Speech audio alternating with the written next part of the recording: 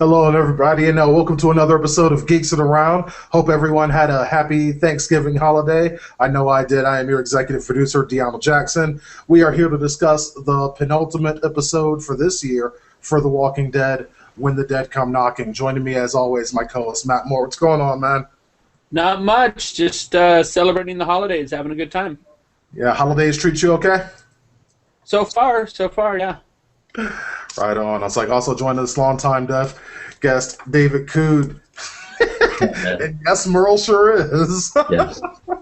How about you, David? Did you have a good Thanksgiving? Oh, it was fun. I had a good time over at your place. I was about to say, if you said no, you would never be coming back here again, motherfucker. Like, no, I hated it. Your auntie was mean to me. She wouldn't leave me the hell alone. All right, joining us here for the first time, Todd. Is like, welcome. We've been trying to get you in for the longest time, and now you're finally here. So what's up, man?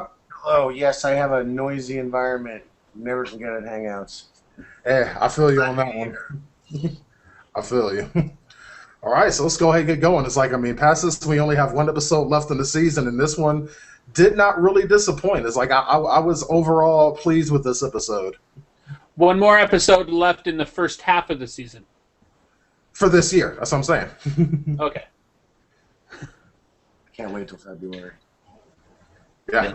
I think a lot of good setup for the mid-season finale coming up. They're finally going to cross paths, Rick and the governor.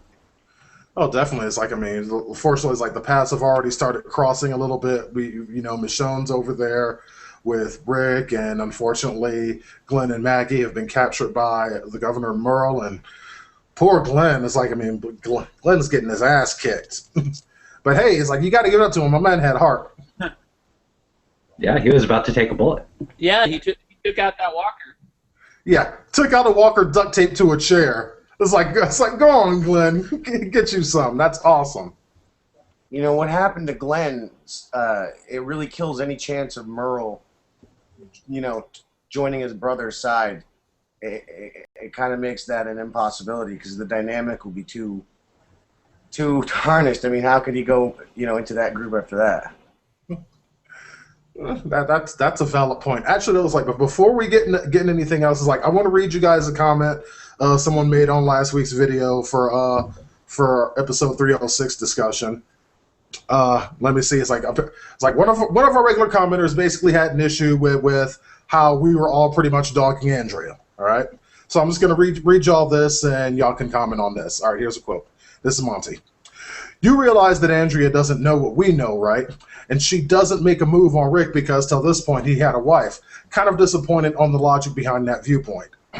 She doesn't know much about the governor at this point, but she feels safer than she has in over a year. Is it really so illogical that she'd be the man that provides it? Who was that, Monty? Yeah, that was Monty. Well, fuck you, Monty. Let's just be slightly more constructive. I was wondering if we were allowed to curse here. Oh, no, we don't do any fucking cussing on the show. So if you're thinking about fucking cussing, just knock that shit off right now. That'll be taken out in editing. I'll keep my shit clean. Yeah, okay. You motherfucking better. All right, but it's like, I see what Monty's saying on one point, but it's like, okay, yes, this man is like, yes, there's safety here, and woo. But Michonne is the person that's been keeping her alive for the past 8 months. It's like, there's a bond there, at least it should have been there. It's like, all she had to do was listen to Michonne. Michonne already figured out that all is not what it seems in Woodbury, and she got the fuck out of there while getting the fuck out was good. Well, she still could. Mm-hmm. But we can blame Andrea, how I see it, because of the fact that this isn't the first time that Andrea has ended up with the bad guy. Mm-hmm. Has ended up with the bad boy, I should say. Exactly. Like, at some point, if you fall into the same patterns over and over again, you got to blame yourself as opposed to whatever situation. Hey, Dale wasn't a bad boy. Wait, what? Wait, did she date Dale in the show? I forgot. I know that she did in the comics. No, she didn't. No. No, Shane. Yeah, it's got to stick to one continuity for this. That was another question I had. All right, Monty. So that's our official response to that. Go ahead, hit up the comments. Let us know what you think of that. And in the meantime, we're definitely going to go ahead and move on. Michonne shows up at the prison. Rick's just kind of looking at her. Michonne defends herself against some of the walkers. I mean, even Carl was like, Dad, are we going to help or something? Or anytime you want to get involved, it's okay with me, you know. I think Rick wanted to assess her, how valuable she would be, whether she'd be a help or a boon or a burden on the group. I think you're giving Rick's mental state way too much credit. He seems to be considerably more sane this episode than he was last episode. That's not saying a whole lot. That's really not. I mean, it's true, but he was straight out wackadoodle last week. I talk to dead people. Hey, anything you do is like, I mean, if you're sitting around cross-legged, butt-ass naked, eating some brownies, you're a lot more sane than he was last week. Yes. I'm just saying. And that's a typical Tuesday night for me. We know you're nuts. But it's like, I really like how in each episode it seems like Carl is coming more and more to his own, because I watched that scene a couple of times and it's like, somebody correct me if I'm wrong, Carl took the first shot there. Oh, yeah. Carl took the first 2 shots there. Mm-hmm. Yeah. Yeah, that's the way I saw it. I just wanted to make sure I was seeing that correctly. I'm actually starting to Like, Dad, we gonna do something? Dad, fuck it. Bam, bam, 2 walkers down. Step your game up, Dad. And then it's like, Rick is trusting Carl more now too, and the ones when in the scene he just gave him a little glance as he went off to take out some walkers, and Rick took care of his own. mm-hmm. I thought that was scene. Yeah, that was that actually kind of impressed me, because Carl's racking up quite a kill count. He probably has, well, I'm sure he has a higher kill count than either one of the prisoners. Oh, yeah. The prisoners are grown-ass men. Uh-huh. They seem to be holding their own so far. Yeah. Like, So, did you notice that when they were doing, when they were going through the forest, the prisoners didn't seem as cut and polish as the other ones were? They like, I don't know, like everyone's like doing this perfect formation except these 2 new guys who were just like walking up to things and hitting it. It just seemed that they did a good job at making it seem like these people are new to the group. Mm-hmm. Yeah, because the big guy was using the crowbar. He's kind of doing it sloppily. Yeah, exactly.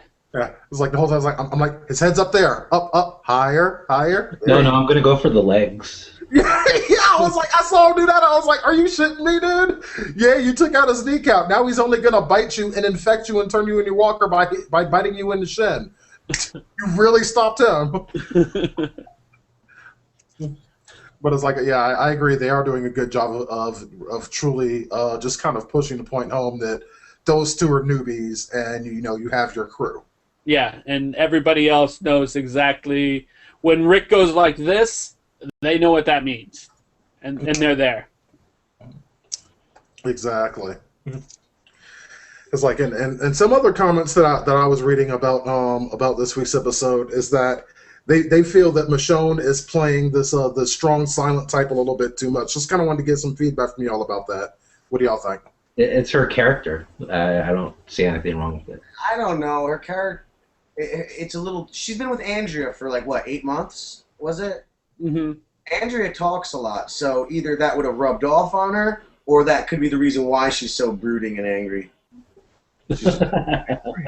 Generally, I'll be honest, is up until this particular episode, it didn't bother me at all because it just seemed to be her character. But if she had said even a single word to Rick, that word being Andrea, Yeah. Rick would have trusted her in a second. Yeah, Rick would have been like, oh, okay. Like, because of the fact that the only reason she knows about this group is because Andrea told her stories about this group. Yeah, but she doesn't really trust Andrea's judgment either. Well, that's true. That's very true. Would you?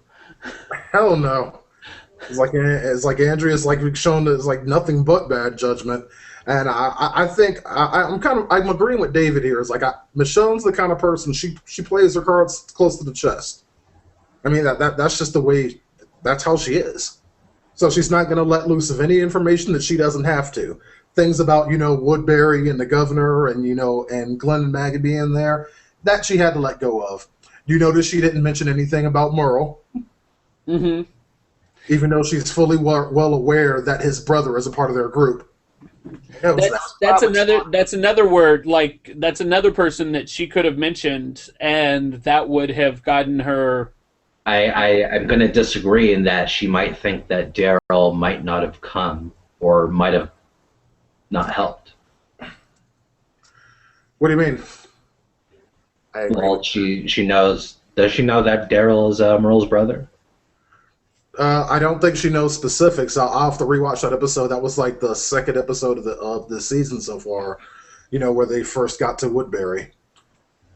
So it's like I'd have to rewatch it to be sure, but I don't think she knows exactly who it is, but I do know that she knows that his brother is a part of that group somewhere. So I mean, I wouldn't have mentioned it if I said, "Hey, I want to go after these guys," and I knew one of them was his brother. I'm trying to remember whether Michonne was there when Merle asked, "Where's my little brother?" And I don't think she was. No, she was in the room. She was in. It was when they first got there, and they had just had to recover from whatever sickness that was going on. When Merle was kind of interrogating both of us. And yeah, I know it's difficult to remember if Michonne wasn't there because she was pretty much just standing at the corner and glaring at everyone, but she was there. I think she heard it when Glenn and Maggie were being abducted, though. I think Merle said to them, "Where's my brother?" Oh, that's true. Yeah. Definitely heard it again there.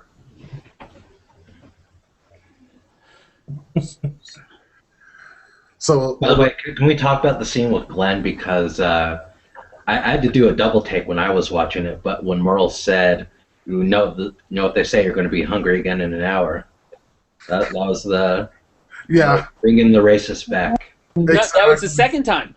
That was the second time he brought the racist back. Well, he did say spear chucker about T-Dog. Yes.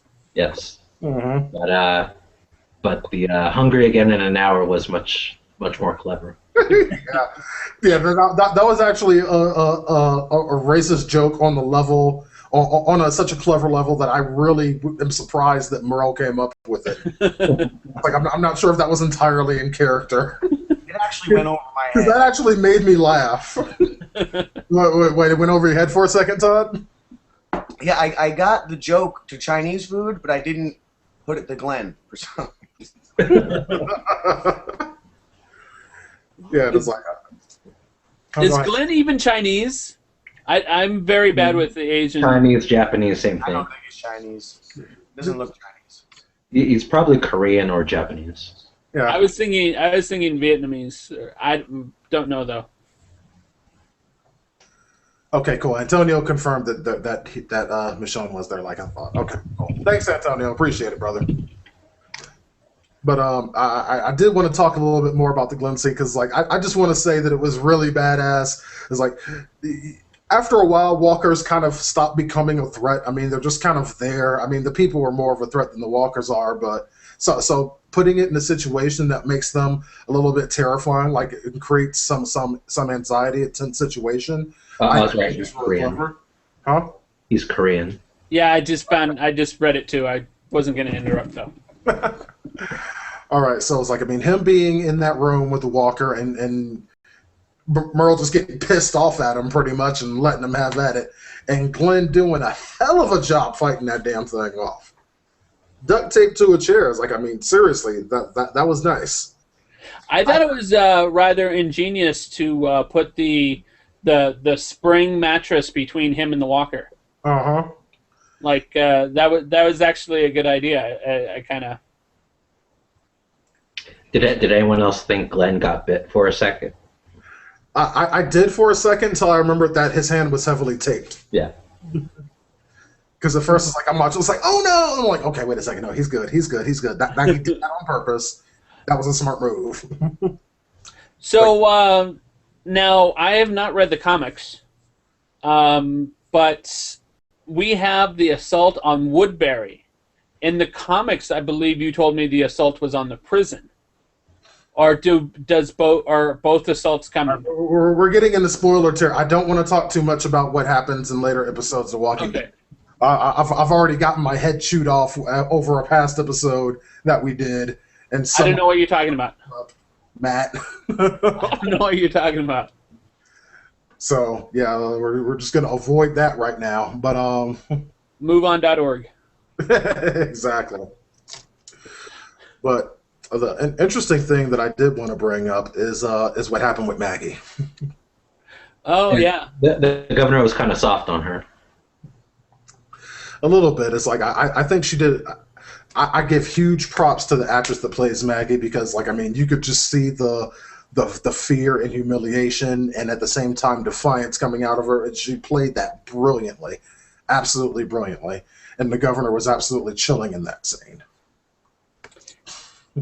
Yeah, I did not believe that he was actually going to rape Maggie. But he definitely portrayed it to her like he was going to, because she doesn't know him like we have gotten to know him. Exactly. That did define his character as opposed to Rick, because Rick was a real dick when he squeezed Michonne's leg like that. Didn't even give her a chance to answer, and he was being brutal in his interrogation tactics. But it, he wasn't taking her shirt off, so. Kind of says like the lesser of two evils, which might be what they're going for. Well, glad you brought that up because there was actually something I wanted to even say about that interrogation scene. It's like, I mean, that's one thing that Rick seems to have figured out really quickly. Is like he figured out very quickly that trying to use force against Michonne would not work. So it's like you could see it's like he kind of backed off and had Daryl, put down the crossbow. It's like, okay, let's back up. It's like because he wasn't. It's like. He came in there from the moment they got to the prison and met the other prisoners. It's like, I mean, they were practically whooping their asses all the time and keeping them in line and telling them what's what. He figured out very quickly that plan was not going to work with Michonne. Yeah. Very quickly. It's like, I wonder if there was some sort of just kinship, like if they kind of recognized warriors in one another or what. But I did like that. I was actually a little disappointed that Michonne didn't get to show off for Rick.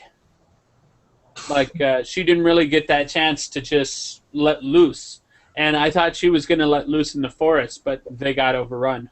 Well, she did stab the guy in the cabin. Speaking of which, that was kind of weird, wasn't it? Because that guy was like in the middle of nowhere, and he was like threatening to call the cops. Yeah. That was... That was kind of strange. It's been over a year since the zombie apocalypse. Like, either he's really stupid, or he thought maybe they didn't know that there were no cops. Or he's crazy. I think he was kind of gone. Yeah, he did seem kind of out there, but it's kind of funny and fucked up at the same time. Imagine that. It's like, yeah, you just chilling in your cabin in the middle of the woods, chilling. Oh, wait, he tried to run out where the zombies were, didn't he? Yeah, but no. It's like, I mean, you chilling in your cabin, you taking yourself a little nap. All of a sudden, you're woken up and your house is full of people holding guns and crossbows at you and shit. And you try to escape, and then one of them kills you with a fucking katana. What a fucking horrible ass day. What gets me is he didn't wake up in the first place. Bed. Huh? He didn't wake up until someone went to his bed. Yeah. I think he was hiding. Yeah, they were pretty loud. Yeah. Yeah, that they were, and he did have a shotgun in the sand when he popped up. But still, though, it's like, oh man. Yeah. You did notice that Daryl had to basically dodge a shotgun shell. Mm-hmm. And I wonder if that's going to come back as You almost got me shot. You almost got me dead. Huh. I don't know. It's like, I mean, that kind of happened quick. Yeah. I don't know. It's like if it was something all that important, that would be an issue later. It's like, I mean, this is just, TV knowledge or something like that. They would have lingered on that just a little bit more, rather than just kind of throwing it out there and then forgetting about it. Probably. It's like one of them things. But then they fed my man to the zombies. I'm like, damn, really? It's like, we going to break into your house, we going to kill you, and we're going to feed you to a bunch of walkers. Yeah, that sounds like a good plan. But here's my thing, though. It's like, I mean, for that scene, I mean, as mildly entertaining as it was, I don't understand why that had to happen. It's like, I mean, what did that do storyline-wise? It's like, I mean, is that cabin going to be important later on? I mean, you can't just introduce it, and then it's just like, yeah, we were here, and we just killed some guy, and now we're not here anymore, and that's the last of it. It's like, I mean, if it's not important, why bring it up? Why bring it up? Maybe it's a staging point for the attack, or maybe it's a fallback point. Yeah, see, that would make sense, and I hope that's what it is. I hope it's something they just didn't throw out there for no reason. I'm just going to disagree because I think, especially because Michonne is the one who killed him, I don't really think anything's going to come of it. I think it was just like a cool little thing. For me, I really enjoyed it for what it made me think of. Like, this guy's just been hermiting for a year plus and had no clue. I was excited by that character in that little bit. So I think that was it. Think so? It's like, I don't know. Just in the world of TV, it doesn't make any sense. It'd have been like if they would have came back from, say, the second mid-season premiere, with those two guys, and Rick kills them, and then that other group is never an issue again for any reason, and it's like that's just not. This doesn't make any sense. It's like, if it's not going to be an issue, why bring it up? Now, also, it's like, I do want to say, it's like, well, this show has been known to do things like that and not bringing them up until way later. I mean, think about this one. It's like, I mean, at the end of the first season, Dr. Jenner whispered something into Rick's ear. We didn't find out what the hell that was until the end of season 2. Yeah. Then we had Merle disappeared for how long? Oh yeah, he was gone for most of season 1, the entirety of season 2, and 3 is like, guess who's back? Back again. Yeah, great.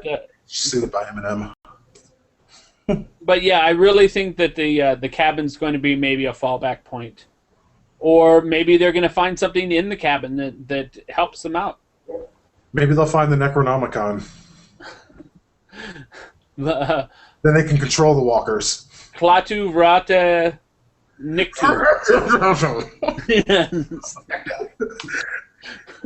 Maybe I didn't say every single syllable. No, but basically I said it, yeah. If you guys watching don't get that reference, you're watching the wrong show. Seriously. I shouldn't have to explain that. So my next subject is the video game, and I know we can't get into the video game right now, so... Yeah, it's like, we're eventually, it's like, I will tell you what, because the Walking Dead video game by Telltale Games, it was phenomenal, and I think that does deserve a discussion. So for those of us here, for those of you watching, I'll tell you what.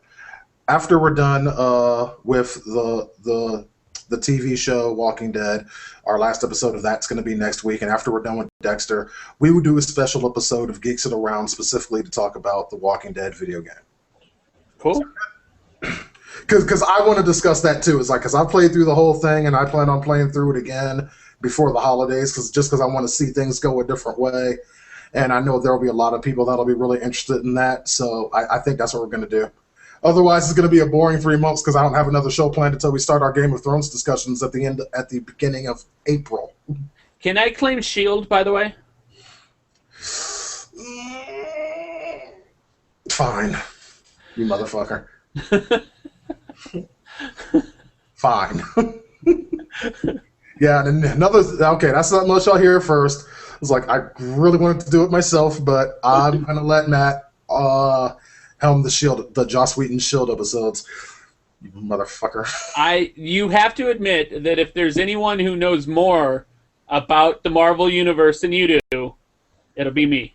Yeah, I'll concede to that. We should probably get back to talking about The Walking Dead. Oh, yeah.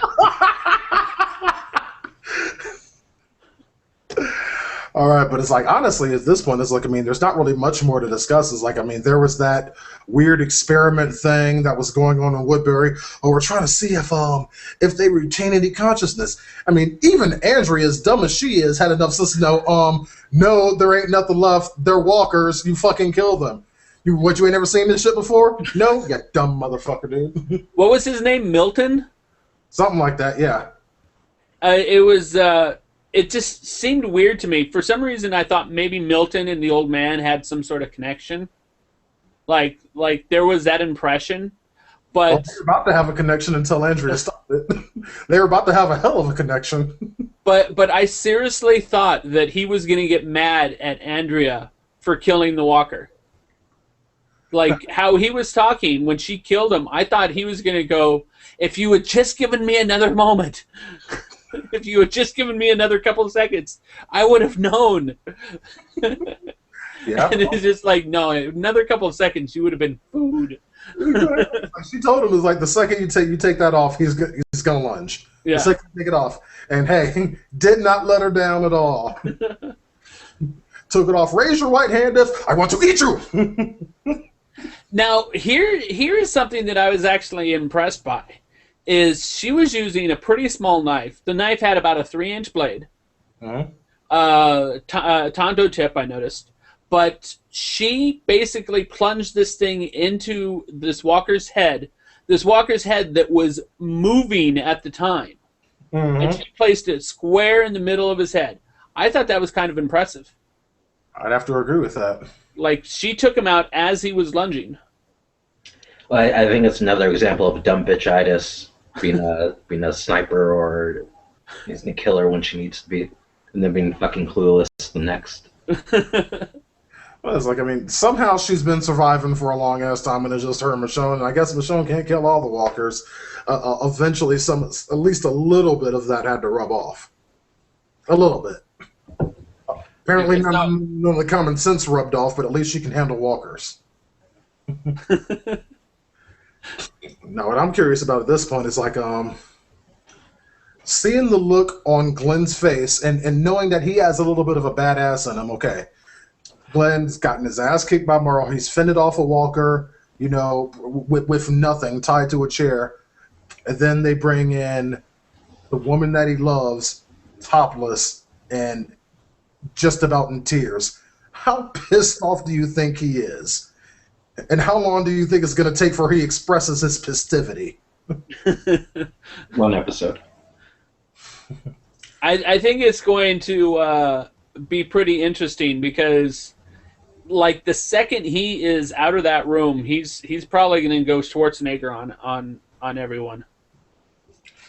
Or Rambo on everybody. So. Or Jackie Chan, just bringing a little bit back to this approach. No, Jackie Chan actually is Chinese. True.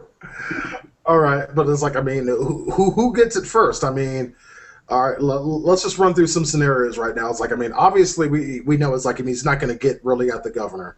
That's a battle for another day. Which that kind of leaves Merle. But Merle and Daryl, it's Merle and Daryl. It could be. No. Hear me out. Glenn takes Merle out. Daryl finds out about it. Then what? I think it'll be the other henchman that was with the governor. Yeah. Yeah, I see that as likely too. It's just an interesting what-if scenario. Yeah. Because now I have a question about Andrea again. Okay. Why did it have to be Andrea that was... sorry, I just thought of this. I apologize. Why did it have to be Andrea who was there during the experiment? It could have been any of the people on the wall. It could have been any of the combat-oriented people. Why did it have to be Andrea? I think he was trying to show her that they're trying to do something for a greater good, that they're like, the righteous. I think that had a lot to do with it. Because he's got her friends, and he knows that. Mm-hmm. So you think he's trying to turn her against her friends? Yeah. Huh? Seems to be working, too. Yeah, so far. And another question. Who believed for even a second Merle when Merle said that he chose the governor over his own brother? No, I don't believe that. I do, but there's an asterisk. I think he's firmly on the governor's side, but I think he thinks that he can get Daryl to join too. He wants the best of both worlds. Luke, I am your father. Join the Woodbury side. Yes. It's like that's where I think that his play is going here. I mean, because we do know he cares about his brother. It's like, I mean, he's an asshole, he's a racist, he's a misogynist, he's a lot of things, but he loves his brother. But worse than that, he's a redneck. Loves his brother. Yeah. Oh, God. I can't believe we were there. Bye, David. Can I See, you insulted David. Can I ask a question about next week? Did anybody watch the scene on Talking Dead with Michonne? I don't watch Talking Dead as a general. I fast forwarded through to the clip. You don't want any spoilers for that, or? I say go for it, but I'm Mr. Spoiler guy, so. How big of a spoiler is it? I think it's kind of a big one. It doesn't show what happens, but it just shows somebody somewhere that that they really shouldn't be. We'll hold on to that until the very end of the show. Give people a chance to bow out if they don't want to hear it. Which, actually, we're kind of getting up on anyway. As a matter of fact, let's go ahead and get into wild speculation time. Matt, you got anything? Andrea